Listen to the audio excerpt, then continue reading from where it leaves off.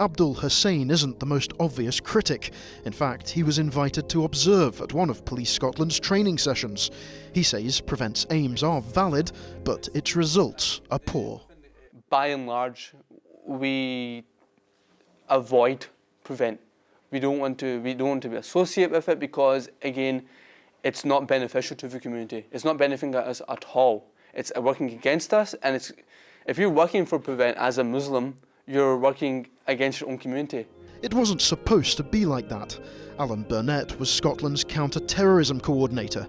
He insists the policy has positive aims. The aim is to stop people becoming involved in terrorism or supporting terrorism, and I think it's very difficult to argue against that principle.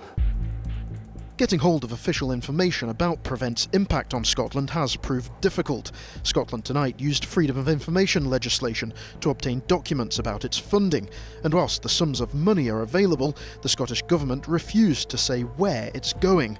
Again, they cite national security, saying also that the information could help criminals. The investigative journalism website The Ferret got hold of a series of documents about the policy too, which they've shared with us.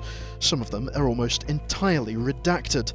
Police Scotland won't even say how many people have been referred under the scheme, data that's widely available in England and Wales. One of the problems when it comes to Scotland is that, in fact, there's not been much transparency about this work. It's very difficult to get information about what's actually being done, how effective it is being, and where the money's going and how it's being spent. The Scottish Government told us counter-terrorism and Prevent are reserved matters, although they do work with partners to deliver them. They added they were aware of calls for it to be reviewed, renamed or scrapped. Police Scotland said they've always taken a community-centred approach to Prevent, and that they recognise there are anxieties about it. Increasing numbers of people argue we should be doing anti-extremism differently. Everyone agrees it's something worth doing right. Joining us now is the former counter-terrorism coordinator Allan Burnett, who featured in James's report, and the lawyer and human rights campaigner Amar Anwar. Allan, how do you feel Prevent is going? Is there problems with it? Do you accept that? Well, I think there's always room for improvement, but one thing we tend to forget is the real need for it. There's this myth that we import terrorists from abroad. In fact, the huge majority are homegrown. The aims of Prevent are to stop terrorists actually being created in the first place and to stop support for terrorism. So the need for it is very, very real. Amar Anwar, do you accept that the need for something like this is real if, as Allan says, the majority of terrorists are homegrown? Well, I agree with Allan that majority of terrorists are homegrown, but I think Prevent is having the opposite of its intended effect. It's succeeded in dividing, stigmatising, alienating a huge section of the community, and if you want to counter violent extremism, you don't do that by creating a climate of fear which stifles free speech and actually nurtures extremism. When you have the United Nations Special Rapporteur and other various human rights groups condemning Prevent and saying it's fundamentally flawed, then there is a real problem. And when you break down that position of trust between teachers and pupils, lecturers and students, doctors and patients, and also the police and the UK British Muslim community, then there's a real problem, because Allan, better than anybody else, will know that real intelligence, the real battle on the war of terror comes from actually bridges with the community, having the trust of the community, so that they feel that do you see nothing positive in it at all? No, I say that I think it's fundamentally flawed. I think it needs to be restructured and replanned again. Yeah. Prevent has become a toxic word, and I also think there's a real problem with the definition of what extremism is. I don't think it is fundamentally flawed. At the end of the day, its aims are absolutely correct. There's no doubt your report focused on people that are very concerned, and of course work has to be done with the NHS, work has to be done with the education authorities and the teachers and the doctors and nurses to make sure that their concerns are taken on board. And I think, Amar, if you bear with me, I mean, I think at the end of the day, if you look at any difficult issue, it doesn't matter if it's child protection or domestic abuse, at the end of the day, there's always a degree of resistance about any change or challenge that you've got, and it's important that that gets worked through. Can I also say that you focused quite rightly on an aspect of it.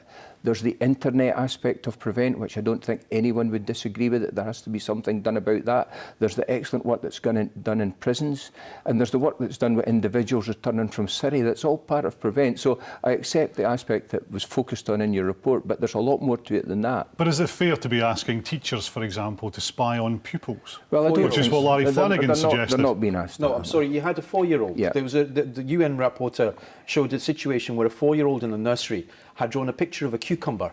He called it a cooker bomb. The next thing is the teacher called the mother in and was referring back to Channel and to the Counter Terrorism police. The mother, who had never been in trouble in her life, said she'd always felt British, felt as though she was being spied on, was absolutely outraged and upset. And you have repeated scenarios of this that reach the front pages of our national newspapers. I'm sorry, it's true.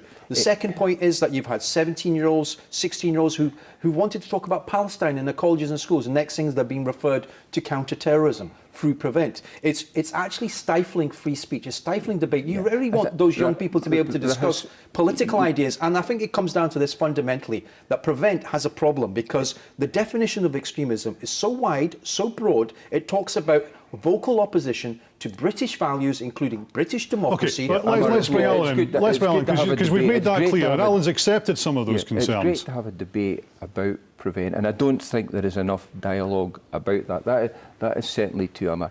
But I just think that at the end of the day, there's lessons that have been learned from the way that this has gone about in the past, and there have been mistakes that have led to some really foolish things. Has anybody been caught through that? Hang on a second, Amar. Has anyone actually been found through this in Scotland?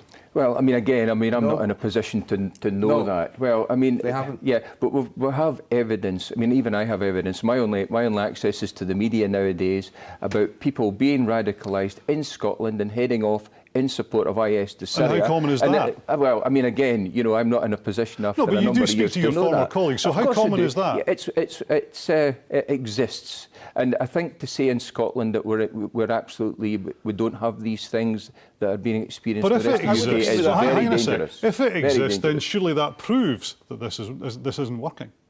In what sense? In that they haven't been caught. Well, I think they haven't been prevented. Two separate issues. There's a lot of good work. There's a lot of good work, and at the end of the day, I think the appeal for more openness and transparency about everything that's going on is a very good one, because there are successes out there, and these successes need to be broadcast. But it's sort of the same as the pursue aspect of counter-terrorism, where no one is terribly interested, including the media, in things that get disrupted. The attention goes to when the terrorist is successful. And again, with Prevent, at the end of the day, the bad publicity is easy. The difficult thing is to acknowledge that, of course, the individual mentoring, it's a common way that we deal with lots of challenging issues in society. Amar Anwar, these people exist in Scotland. Isn't it everybody's job to make sure that they don't get out of Scotland, they don't go and join any of the jihad or anything like that? Absolutely. And I want to say is that I think nobody wants to spend their whole life looking to see where the next bomb is going to go off. But also, people don't want to spend their whole lives looking over their shoulder, worrying about what they say in case it's used against them. Free speeches, British values, democracy, all those issues, the community actually feels stigmatised. And actually what is happening is that people will no longer debate political issues. You actually have, can I finish? You will actually have Muslim families that no longer will discuss the negative aspects of terrorism in the house in case their children go into school and it's misconstrued, and the next thing is you have the knock on the door. To agree with that, Amar, you need a degree of sophistication in the people that are actually doing the channel stuff, because at the end of the day, opposition to foreign policy is not extremist. The difference between the difference between a fundamentalist and extremist.